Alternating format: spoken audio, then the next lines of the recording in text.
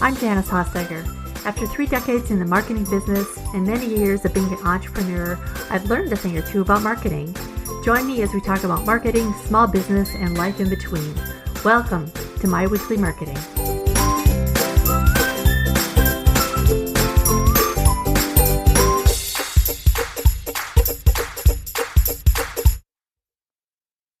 So, how do you feel about creating video? If you're anything like me, and I'm finding that there are lots of people like me out there, video isn't something that you love to do. For me, it's not only the issue of getting past watching myself on a screen, but also the time it takes to brainstorm ideas, pick out the clothing, get the equipment set up, record it, and for me, that typically takes several takes, and then edit the video.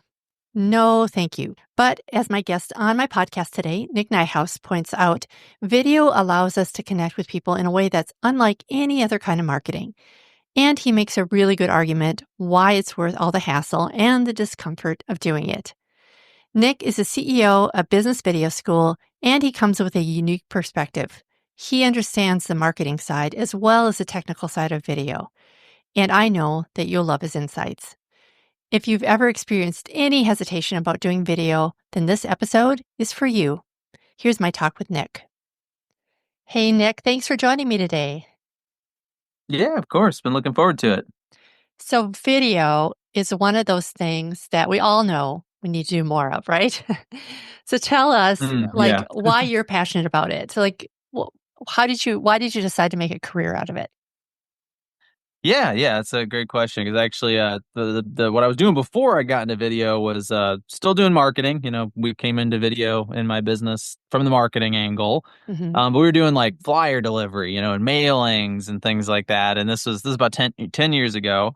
And it was right around the time that Facebook released their video advertising product. So before that, you could run ads on Facebook, couldn't run video ads. Mm-hmm. And so I saw that news and I started thinking about it. And to me, it was sort of this moment of realization of like, hey, that's kind of like a TV ad, except, you know, it starts at $1 a day in terms of the budget, you know, and you can upload anything you've made and run an ad with any of it. And it sort of felt like a moment where it was going to be obvious. To me, it was obvious. It's sort of like, all right, now we can all have our own television ads, and TV ads have been the gold standard in advertising for big businesses for a long time. Mm-hmm. So I kind of assumed like small businesses are just going to dive in. You know, they're going to realize, oh wow, now I can sort of have my own television ads, and they're going to do it.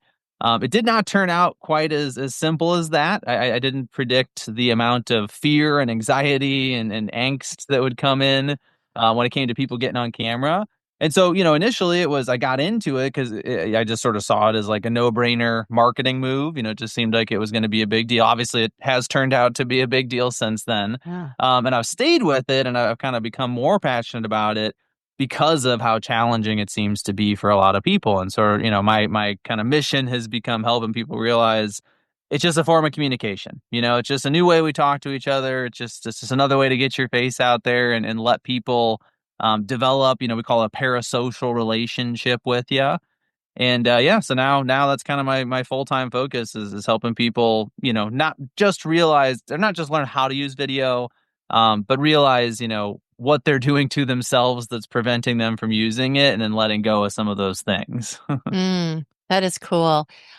First off, I just want to say I really wish the days where we could do $1 a day on Facebook ads were still around, because those were the golden Right. days. It was just nobody realized it at the time. I And know. You get leads for pennies, right? right, yes. And you're absolutely right. It's like it was just unexplored frontier, right? Nobody knew what was going to happen with video ads. And I love it's really been interesting, and I could go out on a whole tangent on this. This is my ADD talking, so I won't do that. But you're also right that there's a lot of psychology involved in getting in front of a camera, because you're Mhm. so far removed from the individual that you're going to be talking to, who you don't even know who you're really going to be talking to. I mean, we all know who our ideal customer is, but there is a lot involved, like how to get in front of the camera and feel comfortable. And I know so many of my audience members feel that way too. So, how can small business owners build confidence to be able to get in front of a camera? So I'm just gonna Yeah, jump right that's into a that one. that's a huge one.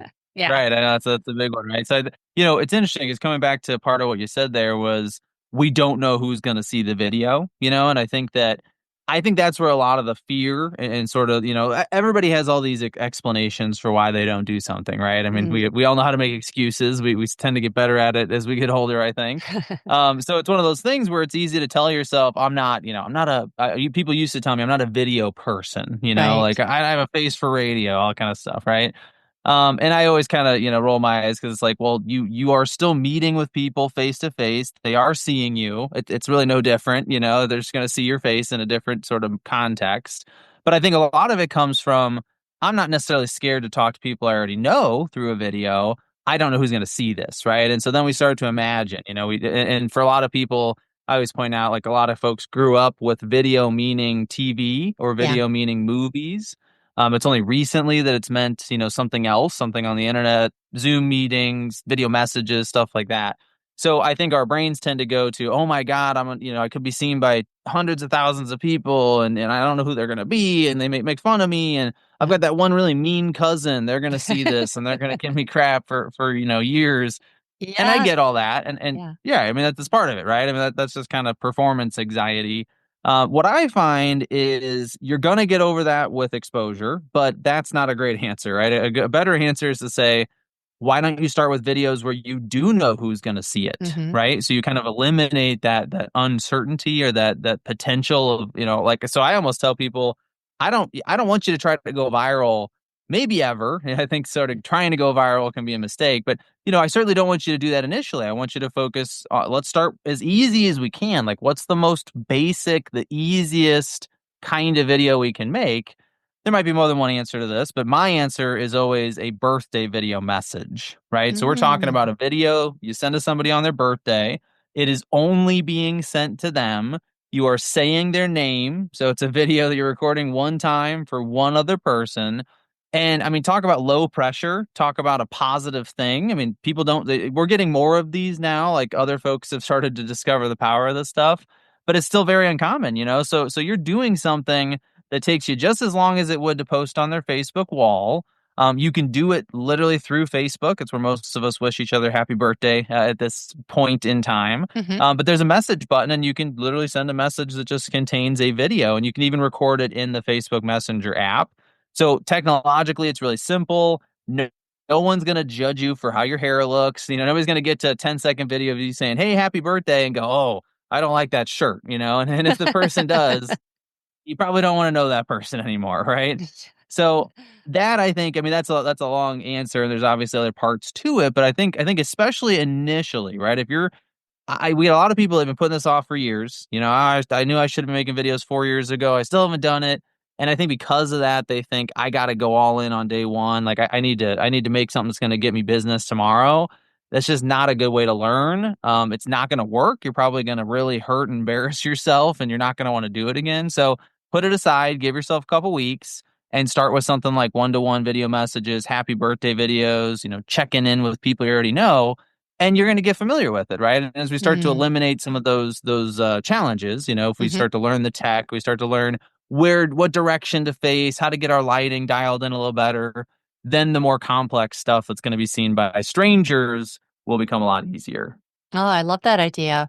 I mean, I've one thing I did myself to try and get a little more comfortable with is just to kind of videotape myself, like around the house, Hmm. like, or in Right. the car. I'll just, have a, a video chat with myself, basically. But Hmm. it did kind of get me a little more comfortable with being on camera. But but I love your idea because you're actually sending it to another person. Another human is going to see it. It's not just for your eyes. So I really like that. Another thing you said that just made me realize something that you're right. When, especially people like my age with who didn't grow up with a phone in their hand, that they could just videotape or whatever. I think we all have this standard of if we're going to be on video, we need to look like they do in Hollywood or that they do on a newscast or something like that. Like that standard is super high. It's super professional. It's super polished, super edited, right? So I think that feeling of just like getting on camera and being casual and talking like you are actually talking to another human being is a little foreign initially. And I think that may be part of the challenge that people face. Oh, for sure. That's my theory. No, I mean you're right. I think that's a huge part of it. I think I like to say, video is a conversation, not a performance. And it Ooh, can be a performance, right? So that's not entirely true because if I'm gonna, for instance, go on a interview show or something and there's gonna be thousands of people that see it, like you should probably still try to dress nicer and, do your makeup correctly and all that kind of stuff. But most of what we do on social media, I mean, the truth is, like, if you look at some of the research that's been done, typically if you try to do your video sort of a too high of a polish, if you try to dress up too fancy, your lighting looks like you're in a studio, that can turn people off and they'll actually get yeah, less views and shorter views on that content. So people tend to like the stuff that sort of feels like, it's a spur of the moment. Granted, most of those videos are not, right? But that sort of feeling of like, I just pulled my phone out of my pocket and I'm walking down the street and I'm just having a conversation with you. yeah. That is what tends to get the most views. That's what tends to get the longest views, the most engaged followers, all that kind of stuff. And I just think that it just goes to show, like, there is a place for the polish, but most of the viewers, they don't expect that. They don't want it, like that. It's just not, it doesn't work. And so, yeah, we have to, it is a reset, right? Because we Hmm. all have that idea in our heads of like, this is like I'm getting up on stage, it feels a lot like kind of public speaking. Yeah. It just isn't, and the truth is a lot of people like this came up. I was at a networking meeting this morning with some folks that I've known for years, but I have not talked to in years. I hadn't been to this networking event in quite a while. And they're talking about the videos that I've made recently. They don't comment on those videos. I've never seen any comments. I've never seen any likes, like as far as the evidence is concerned, like they were not seeing this stuff, but they were. And a lot of viewers are that way, right? So it's not, a lot of people, like they just want to have kind of this little sample of what you're up to, what you're thinking about, what's going on. Hmm. They can watch a few seconds. Here's the crazy part.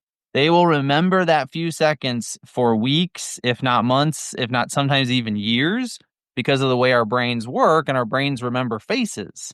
So you could post something Ah, text-based over and over again, and I may or may not remember later. But if I see your face for a few seconds, that will stick with me. Again, this is getting into the psychology of it and the yeah, yeah. parasocial relationships and all that. But that's what it is, right? So I think it's much better to just think of it as like, look, this is just another 30 seconds or a minute's worth of an ongoing conversation that I'm having with people. And this networking event that I went to, it's a weekly meeting. So I'm Mhm. not in the group anymore, but that's how they do it. They meet every week. I think that's a great analogy for video. It's like just what's the 30 seconds or minute worth of stuff you would say to like your referral partners at a weekly networking meeting? That's your video for the week. And if you put that Ah, out, a few hundred people see a few seconds of it, you don't have to perform, you don't have to dress up, you don't have to overthink it, but you will have talked to a couple hundred people that week. And that's amazing, right? I mean, that's that part of is. why I'm not in the weekly networking anymore, is because I get more out of the videos that I do, quite frankly. So again, long answer to that question as well, but it's the familiarity, right? It's Yeah. just the fact that I'm seeing your face, quite frankly, and I've done a lot of these types of, experiments and stuff. It doesn't really matter what you're talking about in a lot of cases. Like you want to talk about the right things, you want to attract the right people, but especially for the folks you already know. And I think that's where a lot of missed opportunity is. I know a few thousand people at this point, right? Like I just run into people, network, all this kind of stuff over the years. I just got to remind them I exist. And if I do Mhm. that consistently enough, they will come to me when they need my product or service. Hmm. That is cool. And I love what you said about the psychology of seeing a face because that's true. Hmm. When you see a video, you really feel like you almost like you had a conversation with them or, or you listened to them in person Yeah. somehow, there is that kind of that element to it that it makes it feel live in some ways. I mean, really, really non-consciously, your brain doesn't know the difference. I mean, when Yeah. we see a face, like our brain, like sure, consciously, we in the past 100 years have invented this thing called video, and consciously we're aware of what that is.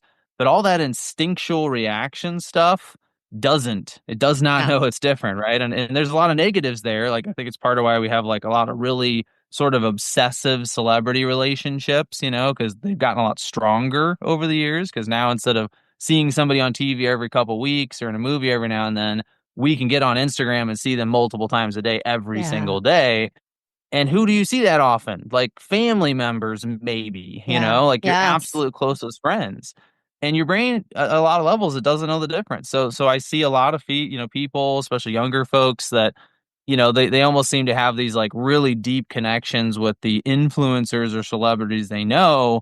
And that might be I'm not saying it is. I don't know. This isn't my area of expertise, but it may be having effects on other parts of their life, other Yeah. relationships and whatnot. So yeah, but it is true. It's like when I see your face, Hmm. I mean, look at Zoom, right? Like look at the pandemic. Like there's a reason we went to Zoom. It might have been frustrating. I know we all got burnt out on it after a while. But we still wanted to see each other's faces. We could have Yeah. done a bunch of conference calls. We could have been on the phone the whole time.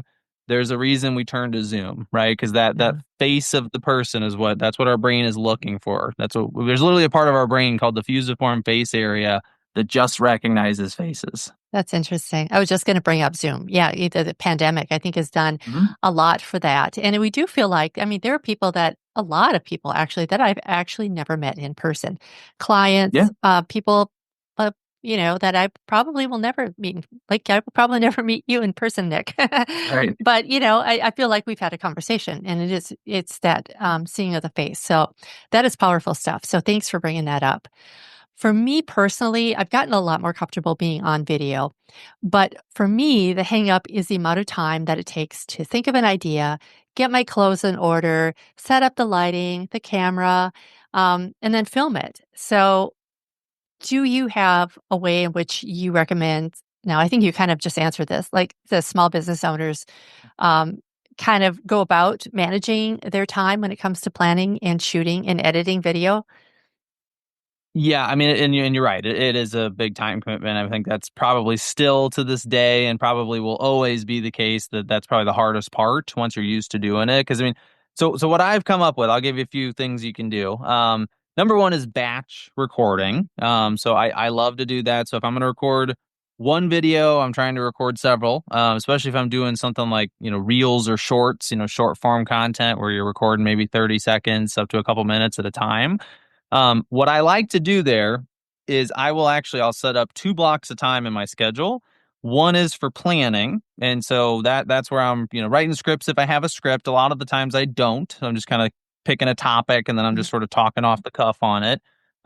Depends on your audience, which of those you want to go with and kind of how comfortable you are. But you're going to want to have the ideas figured out, and you're going to want to have any kind of notes on how you're going to shoot it. And I like to do that separately from recording, because if you do that in the same time block, and this is again just my personal experience, it tends to fill the whole time block as a way of procrastinating, right? So I'm like, oh, I'm gonna come up with ideas, and then I'm gonna film them. Mhm. Okay, it's been an hour. I have 4 ideas. I didn't film anything. Guess I didn't get to it, and Mhm. it's just sort of a subconscious procrastination. So I separate them. I have the calendar note in the second block then that just has the ideas, and so that way I can, that's my day where I'm putting my nicer shirt on or whatever it is and doing my hair and, that kind of thing. It helps me. I'll say this, like, depending on what I'm filming, I either try to not worry at all. And this has really changed. And I've done video a lot, and I've only recently kind of got to the point where I'm able to just take my phone out and record no matter where I am. Mhm. Like one day I had just worked out and I'm like, you know what? Just go record your videos right now. I like sweaty hair and my towel around my shoulders. And part of it was just to kind of practice, being ready to make videos and not worrying about your appearance. And lo and behold, I think those videos actually perform better because people are like, what's going on? Why is his hair all messed up? Yeah, Like yeah. what's that towel he's wearing? Just kind of natural human curiosity. But if I am going to set anything up, I like to, get all that ready. I do think if you want to have a polished look, or if you're making videos where you need to project a certain level of professionalism, a lot of professions probably need to do that. Mhm. It does help to have a dedicated space as well. That way, that you're either facing, like, so for natural light, you want to be turning towards your source of light. So like if there's a window in the room, you want to face the window, put your camera between you and the window. That way you're getting that light directly on your face. If you don't have that, maybe you have a couple lights you turn on, something like that. So for instance, like where I am right now, I have a sort of studio set up, and I can literally just turn it all on in about 1 minute, sit down, and it's going to look and sound pretty clear, which is Mhm. all I'm really worried about. I don't need it to look, super fancy. I just want to make sure my voice is clear and you can very clearly see my face. And then I just sit down and I crank them out, right? So whatever I have scheduled, it's all batched. I get it all done. So that's kind of the production side. I think in particular, separating the planning from the shooting is a huge help. I will say on the planning, if you this is where AI is very helpful now. So Mhm. this is obviously relatively recent, but if you're not sure what ideas to work with, I mean, you can talk to ChatGPT. Like we have a tool that's literally available on our blog on our website that will generate 48 different video ideas for you. So you just sort of Ooh, I put in love like what your that. business does and who your ideal customer is, and here you go. You got an entire year's worth of video ideas. So that's gotten a lot easier. It used to be a big excuse. I don't know what to make my videos about. Work with AI, or just you can rip other people off. There's a million ideas out there. And then so that's that side, right? So Mhm. let me put that down. I want to talk about editing for 1 second here too. Yes. Lots of things, and we could get into that separately. But what I will tell you, just from my personal experience, is either record stuff that requires minimal editing, which is why I've always liked live video because you can't edit it; it's already gone out, it's done. Or pay somebody to do it. And I know when you're first getting started, maybe you don't want to have that cost. But you can find people overseas, Fiverr, like it's gotten really affordable at this point. And I will say, of all the people I've worked with, probably the number one sort of mistake for people that get themselves to start making videos, right? Those people, the mistake they often make is they record something and they sit on it because they still need to edit it. And then they never edit it. And it sits on their phone or their computer for months and months. And I've done that. I did that a lot. So I ended up just hiring a full-time editor to help me out. But editing, yeah, editing can be a major time suck if you like it, if it's fun, if it seems like a cool hobby, go for it. I mean, then it's your hobby. You know, you're going to be doing it several hours per video, depending on what you're making. But for most folks, they don't like doing it. They don't want Yeah. to have to do it. And I think getting that off your plate. I mean, if you record something, you put it in a Google Drive folder, and 4 or 5 days later, you have a polished, edited version of it. You're a lot more likely to go ahead and share that. Definitely. But again, some people like editing. I just don't. Yeah, no, and it does take a lot of time for sure. Even if you enjoy the Yeah. editing, it is definitely time consuming. So I run into a lot. You know, we talked a little bit about different types of videos for sure, but and social media is one thing. I think just pulling your phone out, maybe even walking down the street, and you were just at an event and you had an idea and you thought and a thought, and you can just share it on the fly. However, a lot of my clients, I really feel like they need to have video on their websites, and I do Hmm. recommend that they do that. Do you have certain videos that you think every business should have on their sites?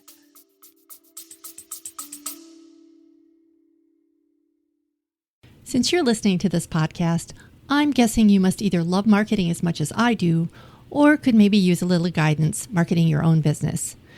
So why not download my free marketing playbook featuring the Trail to the Sale framework? It'll take you through each step of the buyer's journey so you know exactly what to do to nurture your audience in a way that's right for you right now. No more marketing overwhelm. Just visit janicehosteiger.com/trail and you'll be on your way.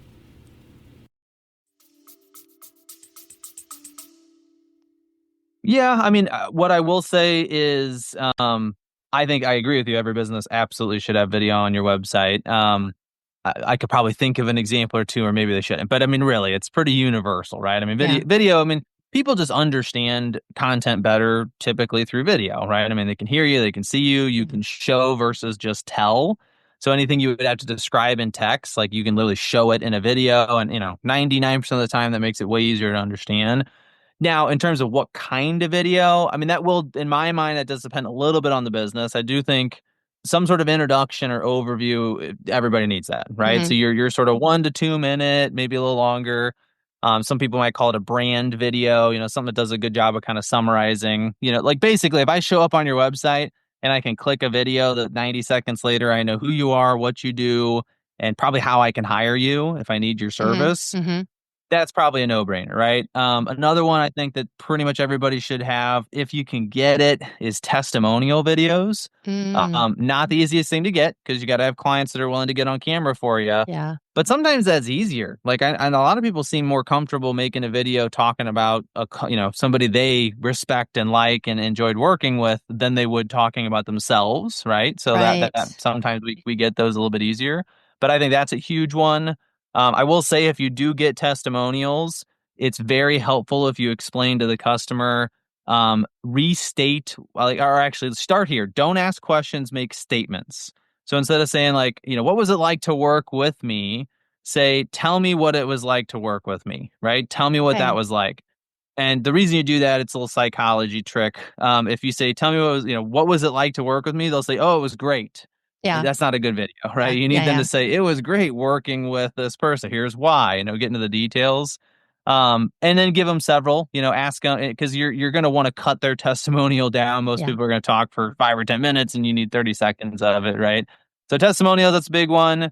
I think, something that goes into your processes or how your business functions or, kind of gives people a sense of what it's going to be like to work with you. Hmm. That can sometimes come from testimonials, or that can just be you kind of explaining it and talking it through.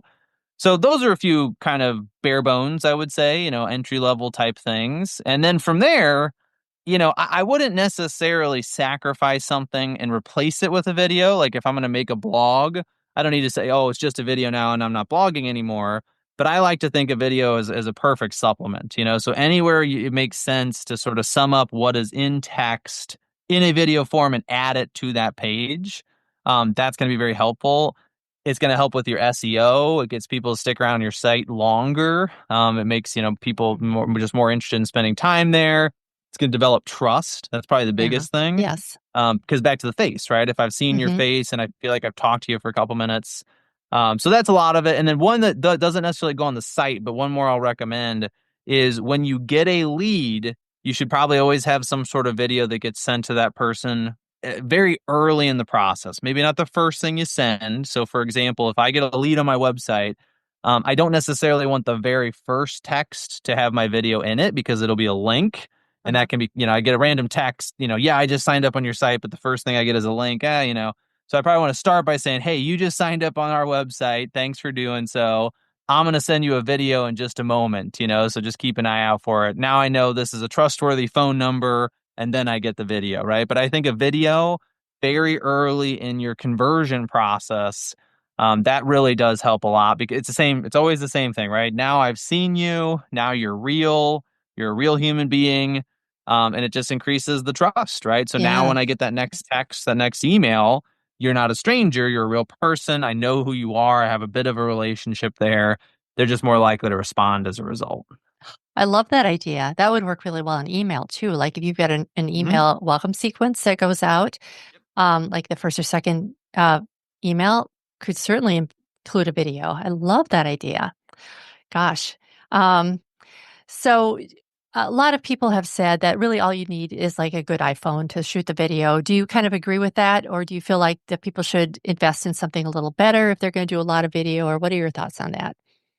Well, I do agree with it. Especially the past few years, the cameras and the phones. There's like 4 or 5 cameras in your phone now. I mean, it's Yeah. it's really ridiculous. So it really is more of a camera than a phone. I mean, it's kind of a misnomer now to call it a phone anymore. But I agree with that. I think it's a great camera. I think Android, iPhone, pretty much any of them, anything less than 3 or 4 years old is probably plenty. Now, the only case in which I would say you maybe do want to invest in a nice, quote unquote, nicer camera or a webcam is just if you want a dedicated setup, right? So, for example, like in my office here, I do have a mirrorless camera. It's set up. It's got a big old lens on it and all that kind of stuff. Not because my phone wouldn't record good enough video, but because I do this so often that it's just easier because it stays there, it stays focused, all that Mm-hmm. kind of stuff. If I use my phone, I got to set it up on my tripod. I got, wipe the lenses, do all that kind Uh-huh. of stuff. Not the end of the world, but for me, it just made sense to have a more permanent setup. But realistically, yeah, I mean, you can, there's two things equipment wise that might be helpful with your phone, but that's about it. And I think those things are a tripod, so you can Hmm. mount the phone, so you can get it out of your hands, right? And you need to get it nice and stable, and that can be a desktop tripod or a full size tripod. And then the other is a microphone. Again, a Mm. microphone is really only necessary if you're going to be far away from the camera. Like if you're going to set it up in one spot, maybe you're going to walk around a little bit while you're on camera. Or if there's like a lot of noise in the environment, you want to make sure you isolate your voice a little bit better.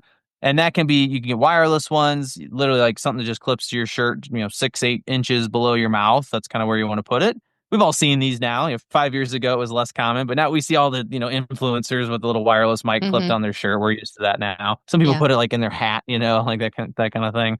But that's it. I mean, if you don't need, just to be clear, try to record without anything, right? So just take your phone out and record and see how it looks and sounds. Yeah. And then if you feel like, okay, it was really, I was shaking around a lot. Okay, I need a tripod. My voice is hard to hear. Okay, maybe I need the microphone.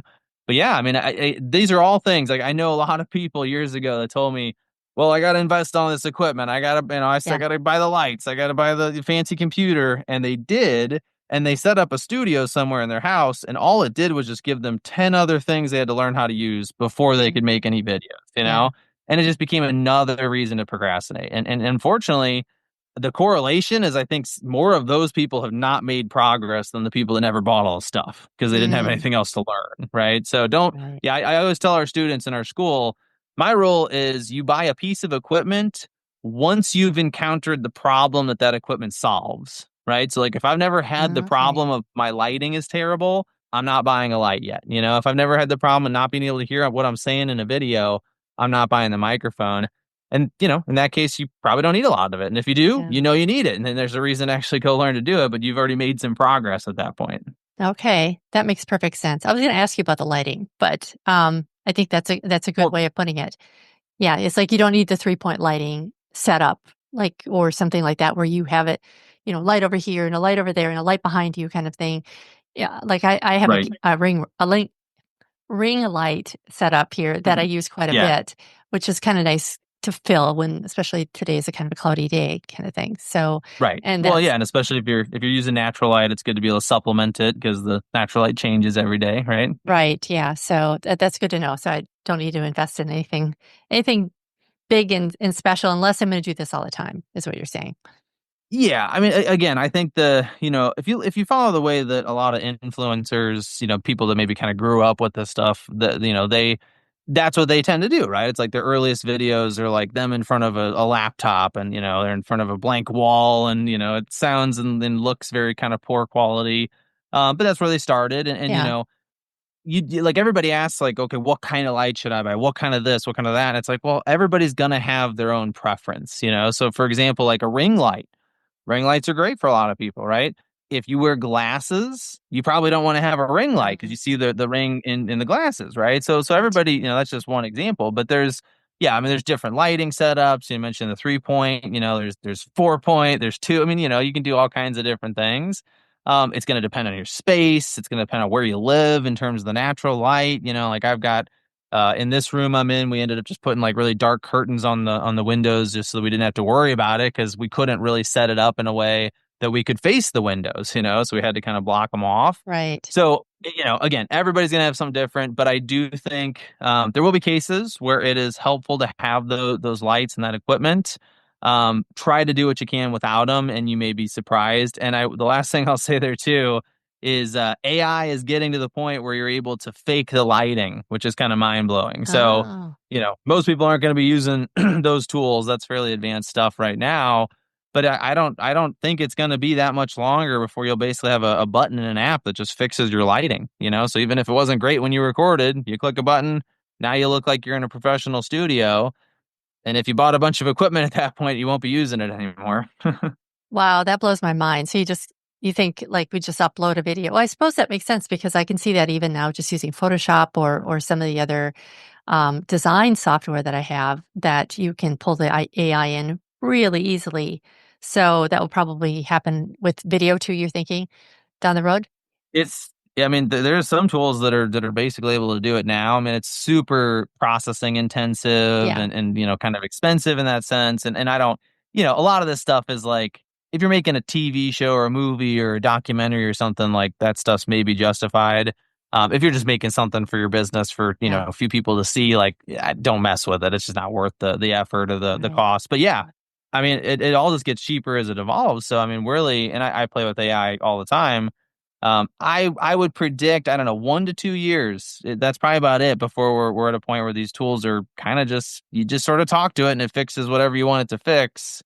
And yeah, that's going to be. I mean, Wow. that's both good and bad, right? Because it's Yeah. it's good in the sense that we can do it, it's bad in the sense that, man, we're gonna have all, people are gonna be trying to fix things they don't need to be fixing just as a reason not to put their video out. Oh, I can't get the lighting quite right. It's like, just put it out. So I can see the positives and negatives there, but Yeah, it is exciting. It's a lot of fun for sure. that is cool. Well, Nick, where can people learn more about you?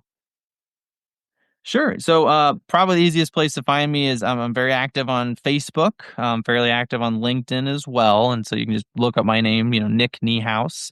But really, you're going to want to go to bizvideoschool.com. So bizvideoschool.com. That's our website. And if you check Mhm. out our blog, I think I mentioned this earlier. We do have a tool on there that will actually give you 48 video ideas completely customized to your business. It's an AI tool that I built. You just put in what your business does and then what kind of clients you want, and it'll give you an entire 1 year content calendar plan for free. So it's pretty cool. Oh, So yeah, that's probably a good thing to try and kind of just to see what we're doing. And then there's all totally. kinds of other good stuff on there. Yeah. Oh, that's awesome. No more excuses, right? I'm talking about myself Well, that's here. that's It's the like, point. Yeah, trying to eliminate all the excuses for people. all right. Well, we'll put the links to those in the show notes for sure. So, well, thank you so much, Nick. Perfect. I have learned a lot today, and I need to go make some more videos. So, did our conversation help convince you to do more video? If so, I'd love to hear about it. If you post a video on Instagram or Facebook, please tag me in it at Janice Hosteiger Marketing.